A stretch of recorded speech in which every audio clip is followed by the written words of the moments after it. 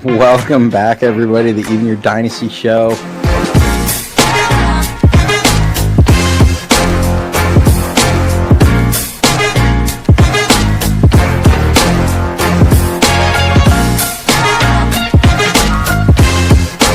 We just got breaking news in.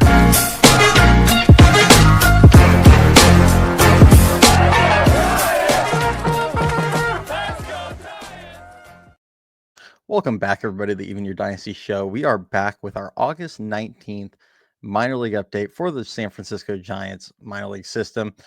We're kind of getting into the home stretch of these. I think we're going to have 5 more of these after this week. Sacramento season runs through about mid-September. We'll try and get some playoffs in there for the minor leagues. So whenever these teams, especially San Jose, Eugene, who look headed to the postseason in their leagues, we will try and include them in these updates, as well as both Dominican Summer League teams have made their playoffs. Joshua Gonzalez hit a home run in their playoff game yesterday. So we'll try and, touch base on those as well. But we do have about 5 more of these, and then we're going to hit the off season. But this week, we're going to have kind of a lot to talk about. Obviously, there were some struggles with some of the top prospects in the Giants system. There were still some really big positives to take away, so we'll touch on that.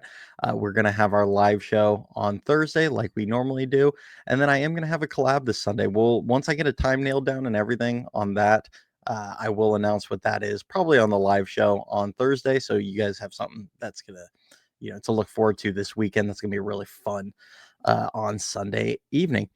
But before we do that, before we jump into the farm system, we are on the road to 2,000 subscribers. Please do, if you do enjoy the content, hit the like, hit the subscribe. We're about 61 subscribers short, I think, at the time of recording this. So we're closing in fast. We're going to do a giveaway. Our goal's obviously been to get there by the end of the season. You guys have been great. Feel pretty confident we're going to do that, but we would love to do a pretty fun giveaway when we do reach that. So if you do enjoy it, go ahead and hit that. But jumping right into AAA Sacramento, who went 2-4 versus Round Rock.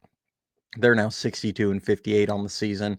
Number 1 prospect Bryce Eldridge had a pretty tough week. He went 3 for 22, had 2 doubles, a walk, 10 strikeouts, and a stolen base. Ever since he had that really big power surge where he got super hot, he's come back down to earth a little bit. Obviously, he's got swing and miss, struggles with breaking balls a little bit in the zone. It's a lot of ground, a lot of area to cover for him. I'd imagine at this point, once he cooled off, it feels a little unlikely that they're going to give him the call. It felt like if he could have really just pushed the envelope there, kicked down the door, he'd have had a shot at getting some run in the majors this season. With him cooling off, I think it's a bit unlikely, but I mean, there's still 4 more weeks of the season, so you just never know. Carson Wisenhunt, number 4 prospect. He went back down to Sacramento. He went 5 1/3, 2 earned runs, 4 hits, 4 walks, 6 strikeouts, threw 86 pitches, 53 of them for strikes. Kind of the same thing we've seen a lot of out of Carson. Gave up a couple homers in this game. Struggled to get ahead of hitters consistently. He has an ability to still be effective at times, even when he doesn't have 100% of his stuff, but he is prone to the long ball. It is something he's going to have to work on. I've said it for a while. Fastball location needs to improve.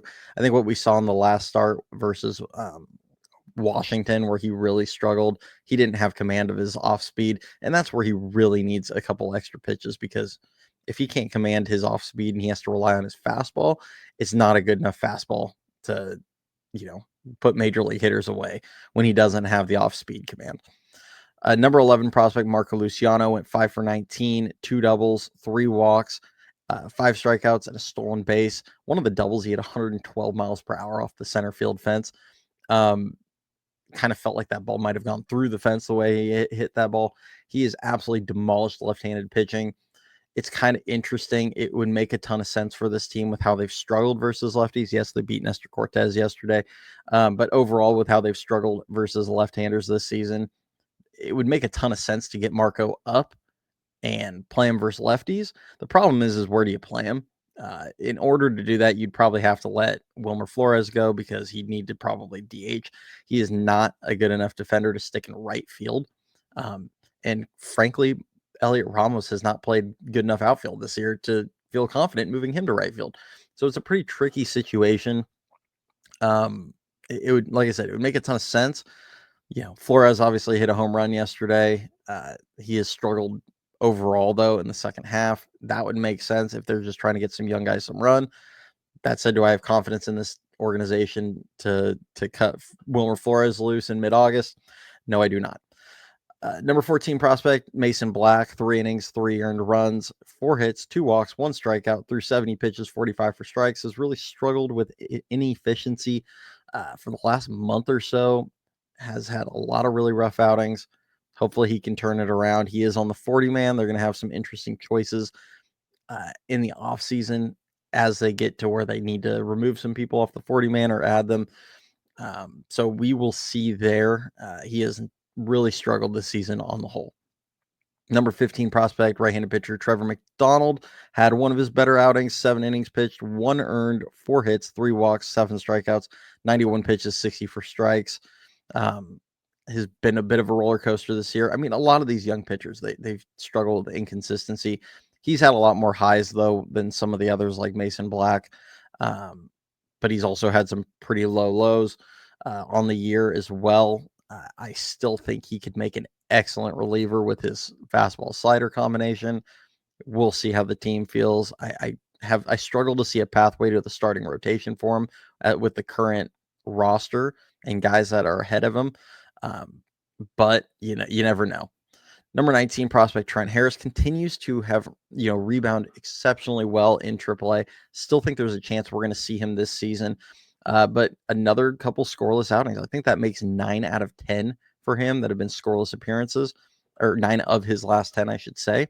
2 games, 2 1/3 innings pitched, no earned runs, no hits, no walks, 1 strikeout.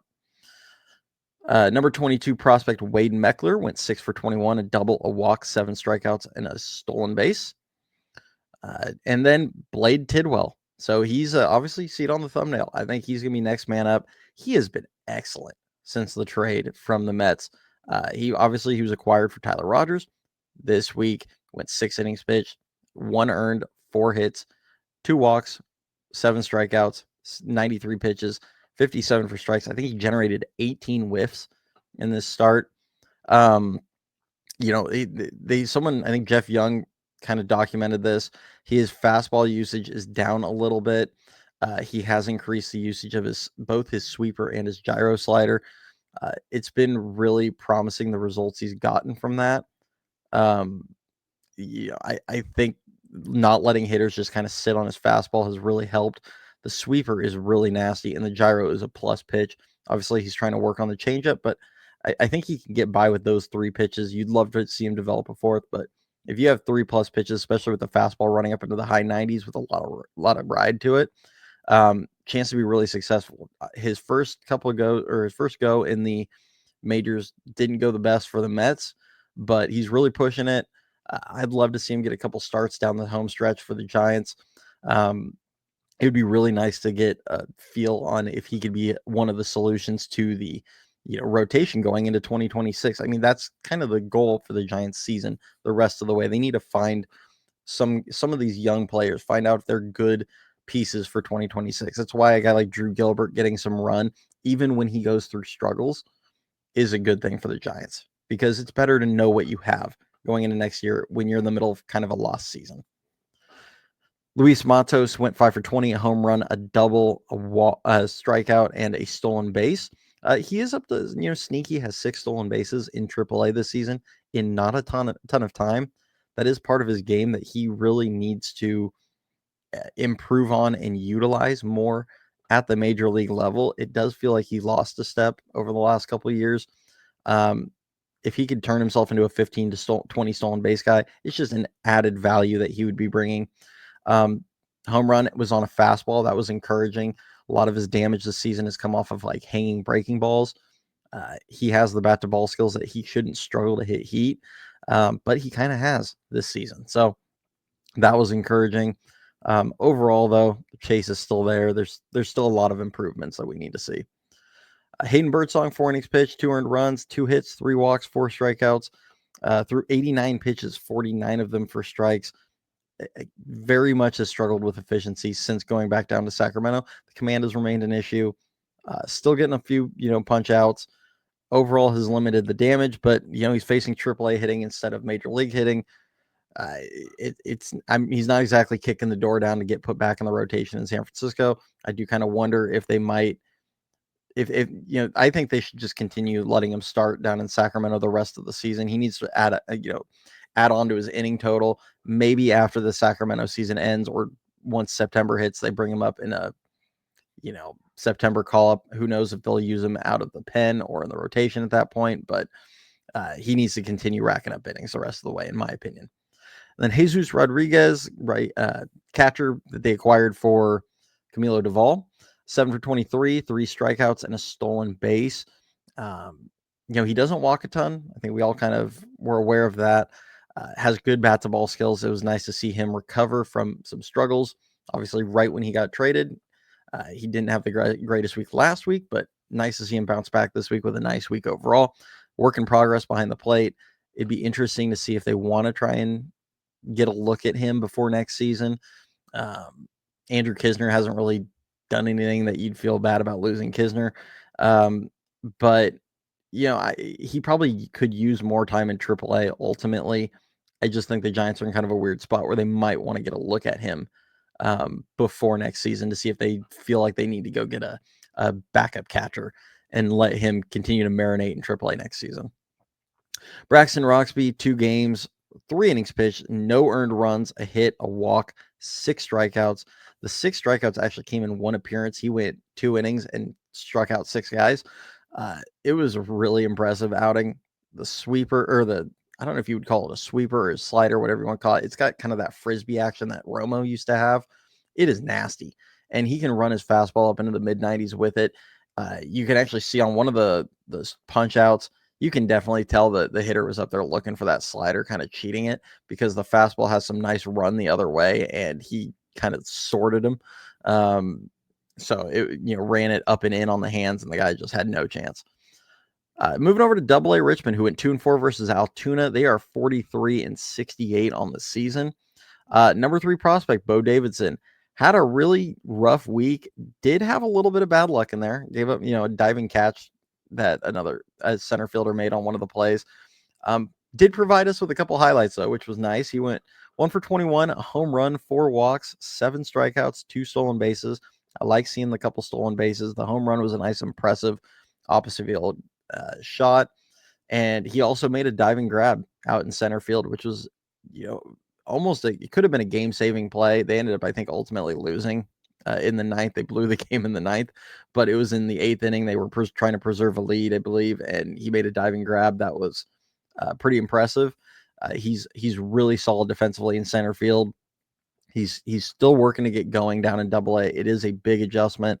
I am definitely not panicking. Obviously, Richmond has been kind of that bugaboo location for a lot of hitters, but it is very early, and he is a very talented player, and I still have a lot of faith that he's going to get going at some point. And I'm hopeful to see a couple good weeks out of him before the season ends this season, just kind of give him some confidence going into the offseason.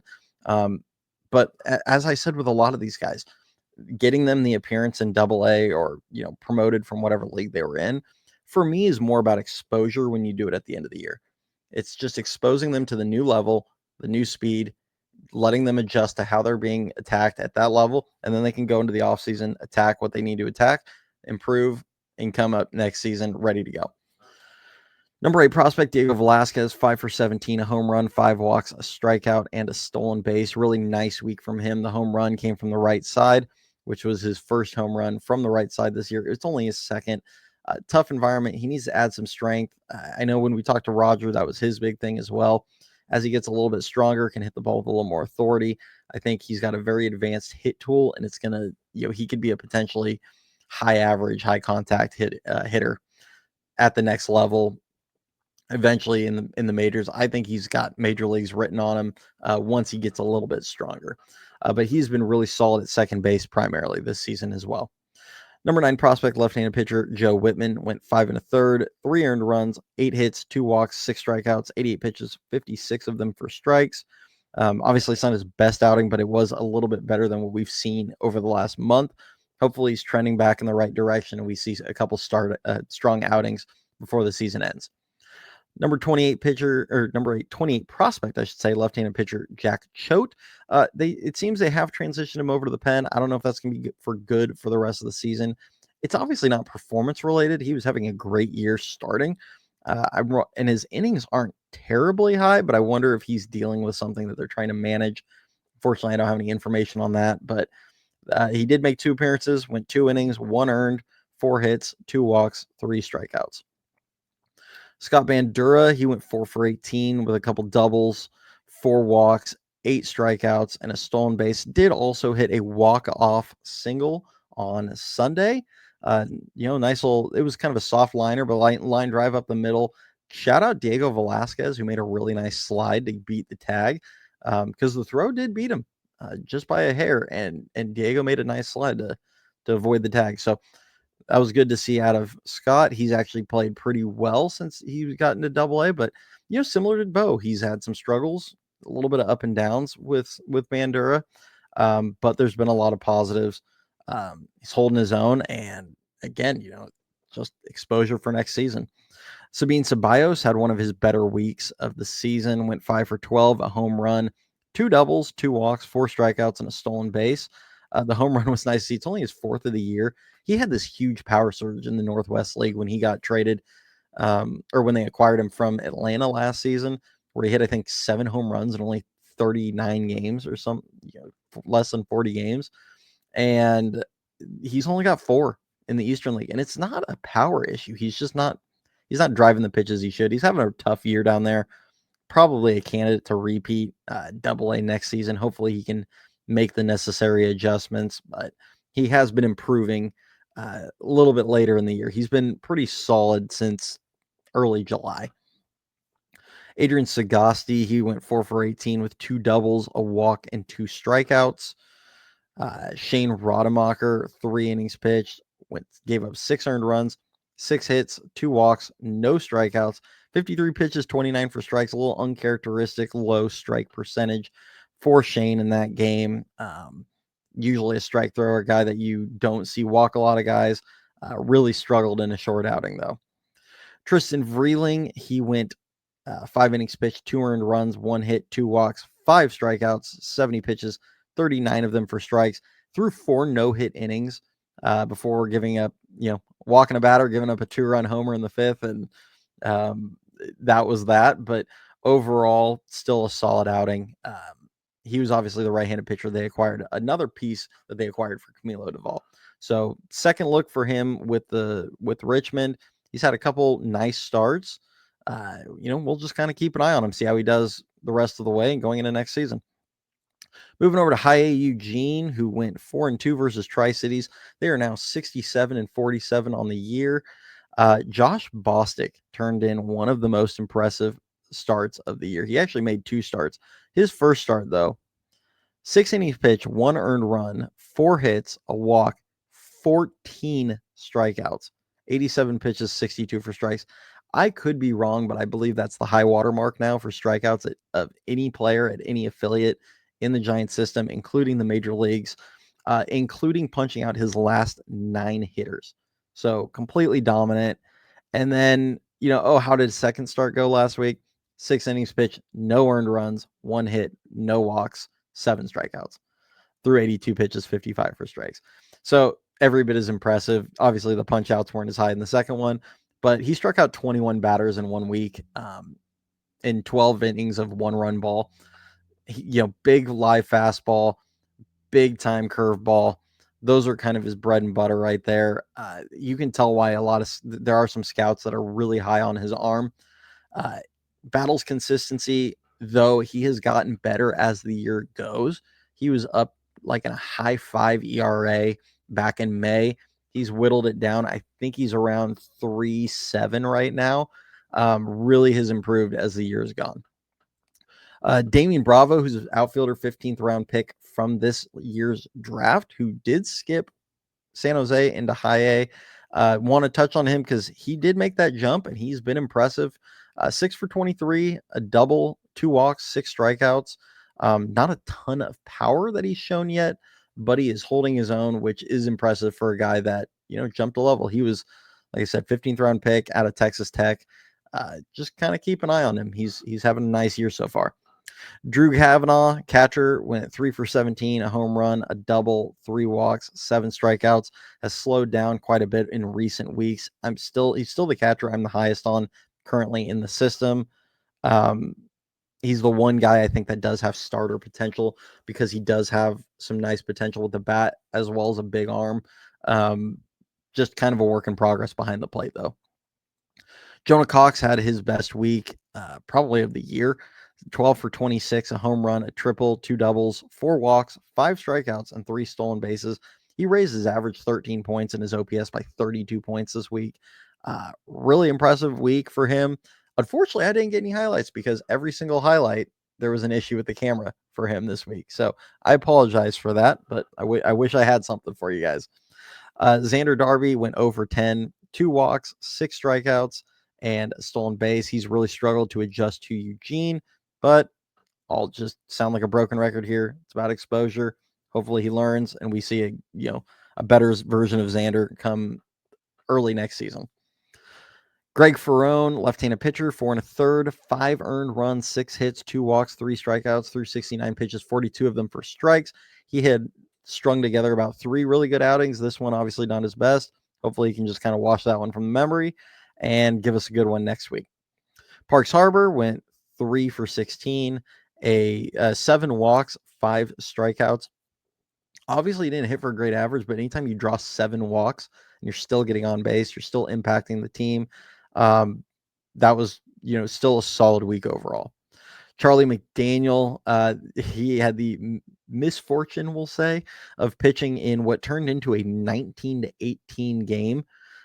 He went 1 2/3, gave up 7 earned runs, 8 hits, a walk, 2 strikeouts through 52 pitches, 29 of them for strikes. That's one you're just going to want to flush from your memory. Quinn McDaniel, 2 for 13, 2 walks, 4 strikeouts, and a stolen base. Giancarlo Cio went 8 for 25, 2 doubles, 2 walks, 4 strikeouts, 2 stolen bases. Also a guy that started the year in San Jose, got the promotion up to Eugene. He's really held his own. They've kind of been using him all over. He played, as we said back when he was in San Jose, he played second, short, third, left, right, even played center on occasion. I think about the only places you didn't really see him was first base and catcher or pitching. So he's kind of that super utility type.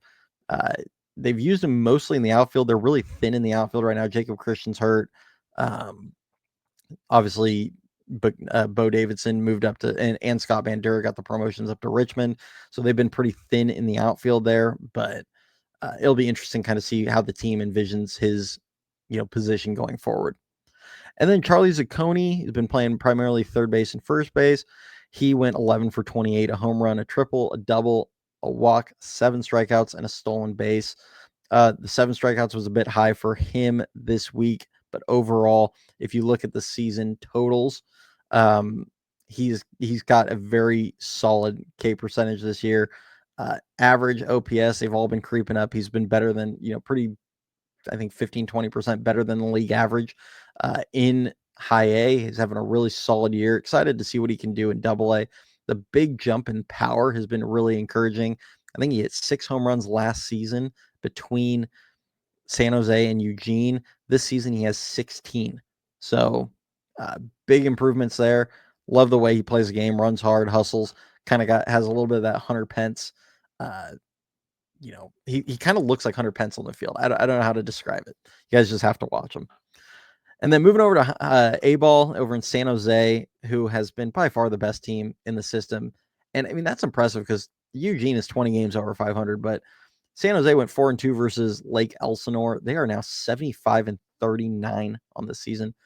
They are 36 games over 500. They have had a revolving door of talent. They've had guys getting injured. They've had all sorts of things happening down there, and they just continue to win. They're so talented in San Jose. Just such a fun watch. But number 5 prospect, Johnny Level, he went 6 for 27, a double, 4 walks, 6 strikeouts, and a stolen base.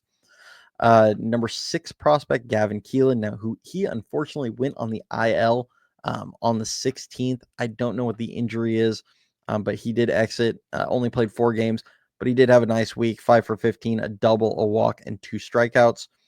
Number 10 prospect, right-handed pitcher Argenis Kayama continues to struggle in San Jose. He is 18 years old. There is plenty of time for him. So I'm not sounding the alarms, because as the next guy we're going to talk about is a perfect example of this. Sometimes it just takes them a minute to get used to the level. They figure it out, especially even with command issues. They put it together and then they start dominating. So, but he went 2/3 of an inning, 4 earned runs, 2 hits, 3 walks, and no strikeouts, 33 pitches, 15 for strikes. And I mentioned that next guy. That is number 16 prospect Jacob Bresnahan, who went 5 innings pitched, an earned run, 4 hits, 3 walks, 5 strikeouts. 75 pitches, 44 of them for strikes, death taxes, and Jacob Bresnahan dominating in San Jose. And I used him as an example for Argenis Kayama. Last season, they acquired Jacob Bresnahan for Alex Cobb. He really struggled. He could not find the strike zone. The stuff was obviously explosive, but I was struggling to see kind of the vision with him, because it was that difficult for him to throw strikes last season. I think he had around a 10 ERA. Then he comes in early this season, and it was a little bit of the same. And I mean, all he's done is shut me up, along with a lot of other people. Since then, he got his command under control a bit. Has mostly thrown strikes. Obviously, 3 walks isn't ideal for him this week, but that's kind of why I think for Kayama, tons of reason to be patient. And like Kayama, now Kayama's even younger, but like Kayama, Bresnahan was very young last season for the level. He was only 19. He turned 20 in the middle of this season. So Kayama's 18. He's going to be 19 next season during the 2026 season. We'll just kind of see how he progresses.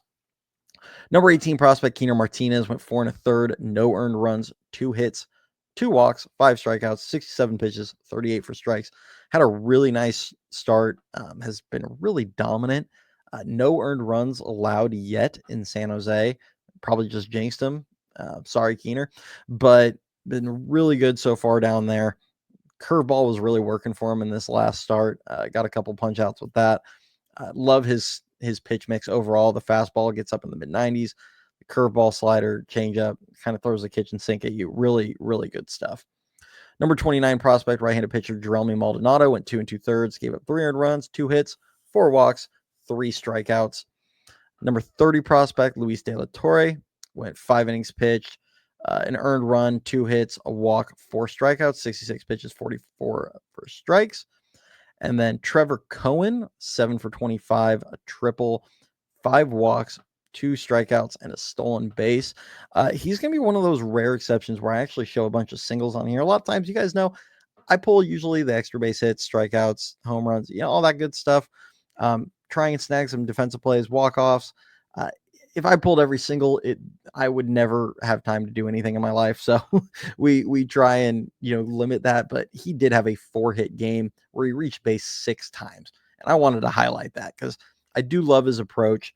I love the ability to spray line drives all over the field. The Giants need more of that. Obviously, we weren't the highest on drafting him in the 3rd round, but that had everything to do about where he was selected and not the player that was selected. I actually really like his game. I've heard people comparing him to Wade Meckler. I mean, frankly, if he's Wade Meckler with high-end defense, that's actually a very good player. So we'll kind of monitor him going forward, but wanted to kind of shout out the game specifically he had and overall the week. Lisbel Diaz went 8 for 23, triple, 3 doubles, a walk, 3 strikeouts, and 2 stolen bases. And then Hunter Dryden went 4 innings pitched, an earned run, 5 hits, 3 walks, 5 strikeouts through 72 pitches, 43 of them for strikes. Jeremiah Jenkins, 6 for 22, 2 doubles, 3 walks, 5 strikeouts. And Junior Marte, who they acquired for the Mike Yastrzemski trade, 3 1/3, an earned run, 4 hits, 2 walks, 3 strikeouts, 57 pitches, 33 of them for strikes. Overall has also been very solid since they acquired him in that trade. Walker Martin, 3 for 12, 3 walks and 7 strikeouts. Obviously, the strikeouts creeping back up a little bit. Hopefully, he can get that kind of under control. Overall, though, he has had a very solid season. Deserves to be shouted out. Hitting over 250 on the year. Had a really rough start as far as average. A lot of bad luck. I pointed to that earlier. A lot of bad luck as far as batting average on balls in play. That has recovered since then. I think the next step for him, just keep getting the strikeouts down. Really needs to get those down, probably at least under 25% at a minimum. But I love, as I continually say on the show, love the arrow up with Walker Martin. Nico Mazza, 4 innings pitched, an earned run, 4 hits, 2 walks, 5 strikeouts, 76 pitches, 42 for strikes. Has had a really solid season for San Jose this season. We'll see. He'll probably finish the year there, but we'll see how he does as he continues to advance. And then first baseman Robert Hipwell, 7 for 28, 3 doubles, 12 strikeouts. Obviously, I don't love seeing 12 strikeouts, but overall still had a solid week. Then moving over to the Dominican Summer League, we're going to, as we wrap this up, number 2 prospect Joshua Gonzalez, 5 for 17, a triple, a double, 4 walks, 4 strikeouts, 5 stolen bases. Super encouraging year so far for Joshua. Anytime I see a 1-to-1 or better walk to strikeout rate, like that's encouraging, especially for a guy with elite speed like Joshua, who has 30 stolen bases this season already. And if you go off of batting average, OPS, all that stuff, he's got his average up to 283 or 285, I believe. OPS is up over 800, and he was around 840. It's the Dominican League that this isn't super high level relative to some of these. So I want to manage expectations, but it is nice to see him show up and, at least exceed the hype that he received. Obviously the home runs aren't showing up yet. He's hit 4 now on the season. But as a high average speed, great defense, all that, he's meeting all that hype. And you look at his batted ball data, he's hitting some balls like 110 miles per hour as a 16-year-old. He is hitting the ball on the ground about 51% of the time, but I mean, is that the worst thing when you have elite speed? No, it's not, because he's going to get on base a ton. So there's a ton to love about his game. I think right now he's got a 127 WRC plus in the Dominican League. So very solid year. And hopefully, like Johnny Level this season, next season we see Josh Ward take a big jump stateside. Number 24 prospect Alberto LaRoche, 2 2/3, 3 earned runs, 5 hits, a walk, 2 strikeouts. Gene McCarris, 0 for 7 with a walk and 2 strikeouts. And then Yulian Barreto went 4 for 15, 2 doubles, 4 walks, and 4 strikeouts. And then they are now in their playoffs, so that data will probably get shrunk down quite a bit, but we will talk about their playoffs and how these guys do next week. Other than that, that's all I have this week. Like I said, we're trying to get to 2,000 subscribers, so please do hit that like, hit that subscribe, all that good stuff. We will catch you on Thursday night for our live show, as well as a collab that we'll have on Sunday. So stay tuned for that. I'll post it on my X, probably on here as well. We'll try and get the word out on that, but I'm not going to announce who just yet. So stay tuned for Thursday. But that's it. Go Giants, and we'll catch you all next time.